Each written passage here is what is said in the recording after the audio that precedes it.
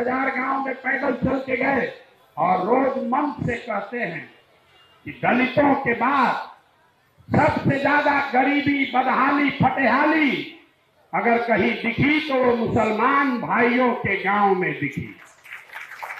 सबसे ज्यादा गरीब, बदहाल, फटेहाल कोई दिखा तो वो मुसलमान दिखा। क्यों ऐसा है? लोग कहता है भैया हमारे साथ धोखा हो गया। मुसलमान भाई हमारे कहते हैं सबने हमारा इस्तेमाल किया, हमारे साथ धोखा हो गया। হ্যালো এভরিওয়ান, সম্প্রতি আমরা দেখেছি যে এনডিএর নতুন করে সরকার তৈরি হয়েছে এবং সেখানে দুটো দল মেইনলি সব থেকে গুরুত্বপূর্ণ ভূমিকা নিয়েছে। একটা হচ্ছে জেডিইউর নীতিশ কুমারের দল এবং অন্যটা হচ্ছে টিডিপির চন্দ্রবাবু নাইডুর দল। এবং সরকার তৈরি হওয়ার পরে আমরা যেটা দেখতে পেলাম, অনেকদিন ধরে যে জল্পনা চলছিল যে টিডিপি থেকে স্পিকার পদে হয়তো চন্দ্রবাবু নাইডুর দল থেকে কাউকে সিলেক্ট করা হতে পারে, কিন্তু সেই পরিকল্পনা কোথাও না কোথাও ফেল হয়েছে এবং আমরা দেখলাম যে বিজেপি তার নিজস্ব যে স্পিকার পোস্টটা নিজের কাছেই কিন্তু ধরে রেখেছে। এরপরে যদি জেডিইউর দিকে তাকাই তাহলে জেডিইউকে দেখতে পাচ্ছি যে নীতিশ কুমারের দল থেকে সেরকম কোনো ভালো মন্ত্রক কিন্তু জেডিইউকে দেওয়া হয়নি। দুজন এমপি কে মন্ত্রক দেওয়া হয়েছে, বাট সেরকম ভালো মন্ত্রক কিন্তু কোনো কিছুই পায়নি। সম্প্রতি প্রশান্ত কিশোর, আপনারা জানেন যে প্রশান্ত কিশোর এর আগে এনডিএ কে জয় পেতে হেল্প করেছিল। ইনি একজন খুব বড় রকমের ইলেকশনের কলাকুশলী বলতে পারেন এবং অনেকদিন ধরে তিনি রাজনীতির সঙ্গে যুক্ত আছে, রাজনীতির বিভিন্ন অ্যানালাইসিস বা বিশেষজ্ঞ বলা যেতে পারে।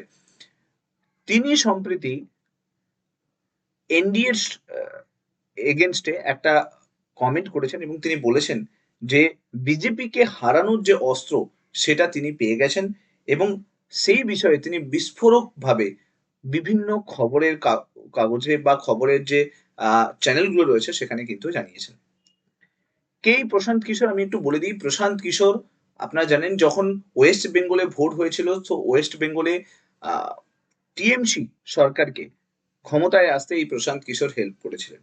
সেই সময় বিজেপির এগেনস্টে টিএমসি লড়াই করছিল এবং প্রশান্ত কিশোর বিজেপির এগেনস্টে গিয়ে নতুন করে সরকারে নিয়ে আসে টিএমসি কে। এবার প্রশান্ত কিশোর কি করছেন না, তিনি বিহারে গিয়ে নতুন দল তৈরি করেছেন, জনসুরজ পার্টি বলে একটা নতুন দল তৈরি করেছেন এবং বিহার বিধানসভা নির্বাচনের আগে তিনি দাবি করেছেন যে তিনি বিহার বিধানসভা নির্বাচনে বিজেপিকে হারানোর যে অস্ত্র তিনি কিন্তু পেয়ে গেছেন এবং শুধু তিনি পরিকল্পনা করেননি, তিনি জয়ের ফর্মুলাও দিয়েছেন। লোকসভা ভোট মিটতেই তিনি কিন্তু পুরো দস্তুর বিধানসভার যে বিহারে যে ভোট রয়েছে তার রাজনীতি নিয়ে তিনি কিন্তু ব্যস্ত হয়ে রয়েছেন।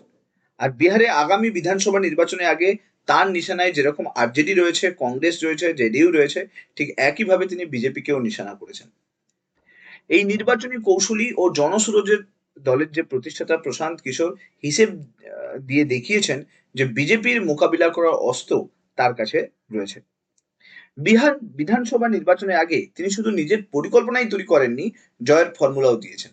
2025 সালে বিহারের বিধানসভা নির্বাচনের আগে এই বছর 2 অক্টোবর জন সুরজ পার্টি তিনি গঠন করতে চলেছেন এবং বিহারের 243টা বিধানসভা আসনে প্রতিদ্বন্দ্বিতা করার প্রস্তুতিও কিন্তু তিনি নিচ্ছেন।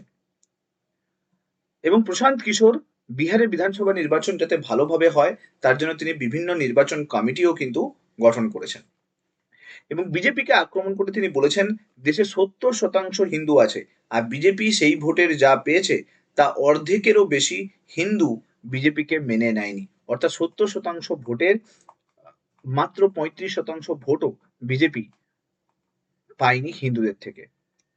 আম্বেদকরবাদী, কমিউনিস্ট এবং পুরনো সমাজতান্ত্রিক হিন্দুরাও বিজেপি বিরুদ্ধে কিন্তু ভোট দিয়েছে। জনসুরজ পার্টির প্রতিষ্ঠাতা প্রশান্ত কিশোর বলেন এই 4 ধরনের হিন্দু মানুষের কাছে আমাদেরকে পৌঁছতে হবে। আমরা যদি এই 4 ধরনের মানুষের কাছে পৌঁছতে পারি তাহলে 70% ভোট আমাদের থাকবে এবং বিজেপি 30% পাবে না। আর এটাই হলো সব থেকে বড় অস্ত্র। প্রশান্ত কিশোর এটাও বলেন যে এই যে নির্বাচনী লড়াইয়ের অস্ত্র তিনি বিহারে প্রথম ব্যবহার করতে চলেছেন। প্রসঙ্গত আমি বলে রাখি, তৃতীয় এনডিএ সরকার গঠনে গুরুত্বপূর্ণ ভূমিকা গ্রহণ করেছিলেন নীতিশ কুমার। আর এইবারের যে নতুন করে যে সরকার তৈরি হলো তাতে নীতিশ কুমারের অবদান অসামান্য। নীতিশ কুমারের দল জেডিইউ এবং চন্দ্রবাবু নাইডুর যে টিডিপি দল সমর্থনের মাধ্যমে সংখ্যাগরিষ্ঠতা তৈরি করলেও এনডিএ সরকারের তরফ থেকে সেরকম কিছু কিন্তু পায়নি এই দুটো দল। বরং রাজনৈতিক বিশেষজ্ঞদের অবাক করে দিয়েছেন মোদী সরকারের মন্ত্রিসভায় ঠাঁই পেয়েছে জেডিইউর মাত্র 2 জন সাংসদ। কারণ আশা করছিলাম যে জেডিইউ থেকে হয়তো ভালো কোনো পদ বা মিনিস্ট্রি হয়তো জেডিইউ সাংসদদের দেওয়া হবে, বাট তা কিন্তু হয়নি। তাই রাজনৈতিক বিশেষজ্ঞরা কিছুটা হলেও কিন্তু অবাক রয়েছেন, কারণ উল্লেখযোগ্যভাবে মন্ত্রক জেডিইউকে দেওয়া হয়নি। এবং তা নিয়েও নীতিশকে তিনি তীব্র নিশানা করেন, তীব্র আক্রমণ করেন প্রশান্ত কিশোর। তিনি বলেন যে এত কিছু করার পরেও তিনি ভালো মন্ত্রক পাননি।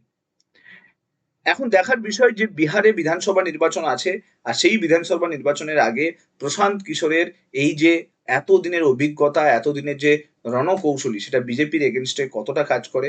আশা করছি আপনাদের ভিডিওটার মাধ্যমে অনেক কিছু জানতে পারলেন। ভিডিওটা ভালো লাগলে লাইক করে দেবেন, চ্যানেলটাতে নতুন হয়ে থাকলে সাবস্ক্রাইব করে নেবেন, আর আপনাদের কমেন্ট ওপিনিয়নে জানাতে ভুলবেন না।